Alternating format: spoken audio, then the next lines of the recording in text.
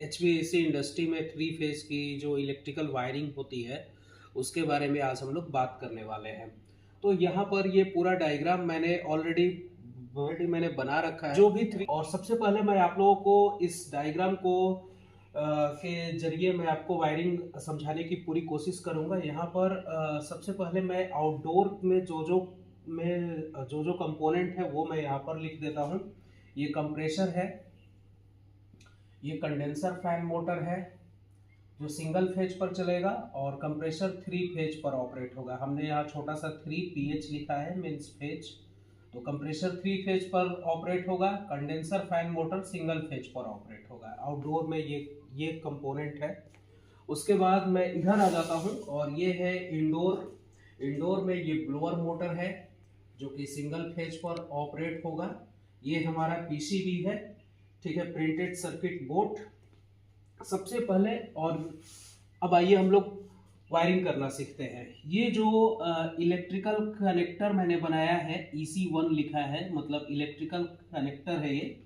और ये power source से थ्री फेज आ रहा है जिसमें 4 वायरें हैं, 1 2 एंड 3। ये तीनों लाइन है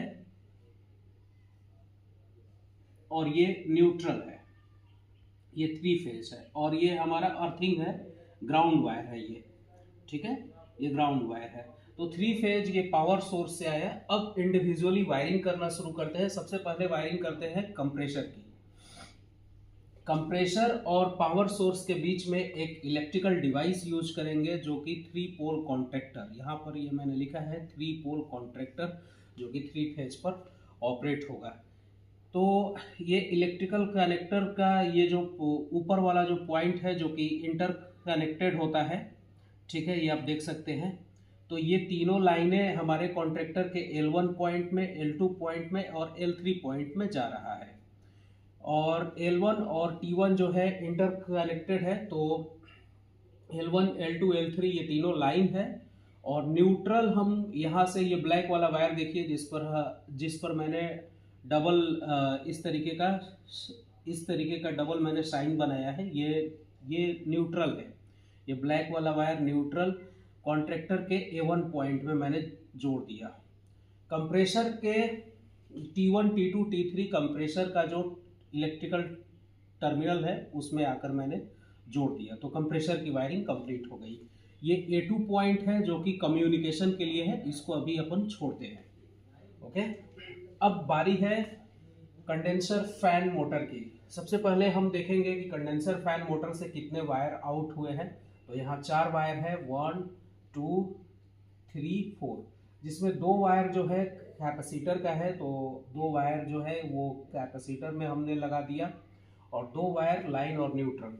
तो लाइन जो है हम T1 से मर्ज करके दे रहे हैं। ये देखिए लाइन है T1 से, ये ब्लैक वाला वायर जो है कंडेंसर फैन मोटर का लाइन है, फेज है, मीन्स T1 से जा रहा है। इसका मतलब कि कॉन्ट्रैक्टर जब कंप्रेसर को चलाएगा तभी कंडेंसर फैन मोटर भी चलेगा। और न्यूट्रल वाला जो ये वायर है, ये न्यूट्रल वाला वायर, ये ब्लैक वाला जो कि डबल साइन है, ये ब्लैक वाला वायर जो है इलेक्ट्रिकल कनेक्टर सेकेंड में, इलेक्ट्रिकल कनेक्टर सेकेंड का हमने यहाँ पर न्यूट्रल लूप किया। और न्यूट्रल लूप करके ये देखिए कंडेंसर फैन मोटर में ये न्यूट्रल की वायर है जो जा रही है।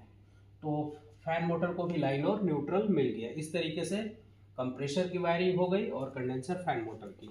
अब बारी है यहाँ पर ब्लोअर मोटर की।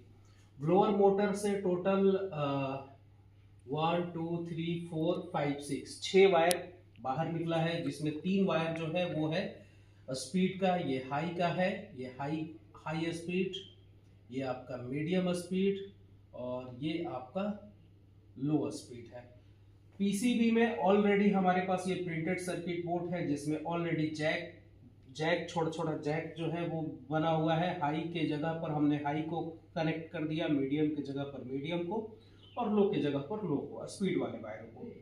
न्यूट्रल वाली जो वायर है वो पीसीबी में यहाँ पर N1 N2 पॉइंट होता है, तो N2 पॉइंट पर हमने लूप कर दिया, न्यूट्रल भी मिल गया। और जो कैपेसिटर वाला वायर है वो आप यहाँ पर देख सकते हैं, ये कैपेसिटर वाला वायर ऑलरेडी कैपेसिटर में चला गया।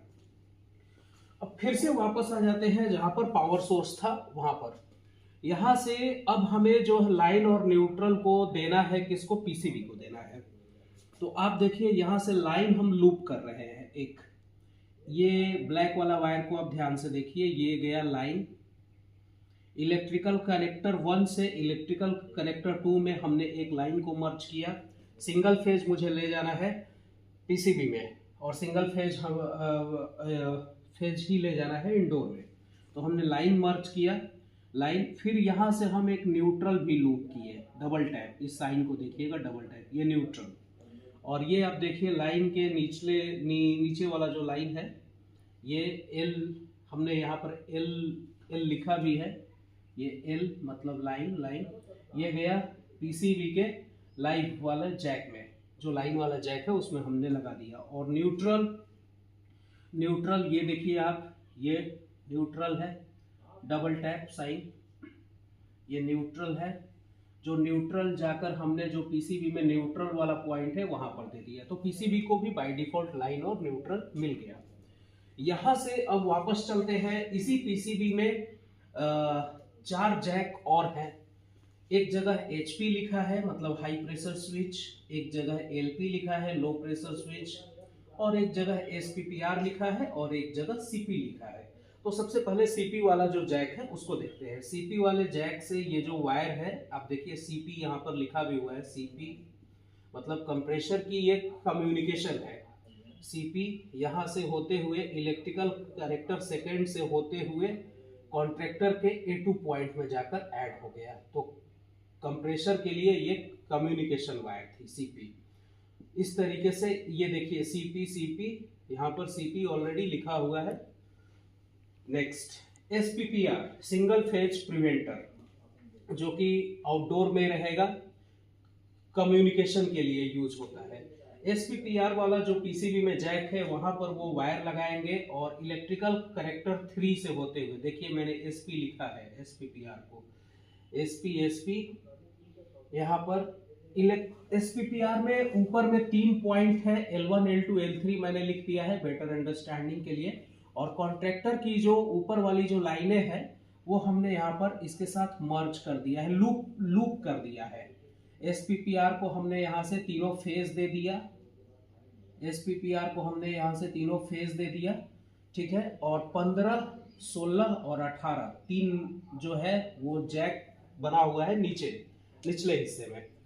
तो SPPR जो है ये, इस वायर को देखिए जो पीसीबी से जा रहा है होते हुए 16 नंबर पर हमने ऐड कर दिया, 16 नंबर पर हमने SPPR डाल दिया। ओके, अब आते हैं नेक्स्ट, जो जैक है पीसीबी में LP मतलब लो प्रेशर स्विच, इसकी जो जैक जो वायर है वो पीसीबी में हम जैक में लगा दिए, और वायर देखिए LP लिखा हुआ है, ये LP इलेक्ट्रिकल कनेक्टर 3 के जो पॉइंट है वहां आया।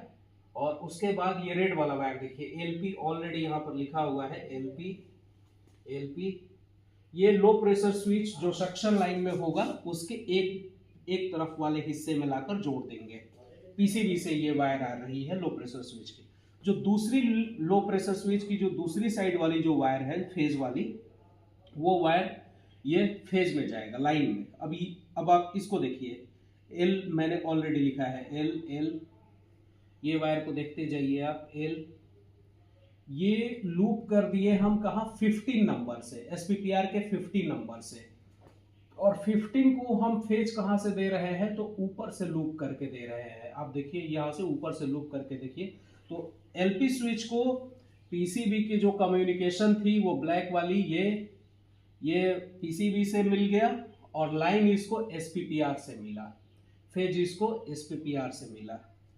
सेम उसी तरीके से वापस पीसीबी के पास आ जाता हूं। यहाँ पर जो लास्ट है वो HP लिखा हुआ है मतलब हाई प्रेशर स्विच।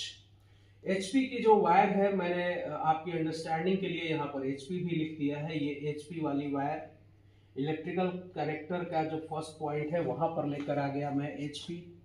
उसके बाद आप देखिए ऊपर HP हाई प्रेशर स्विच जो डिस्चार्ज लाइन में है, HP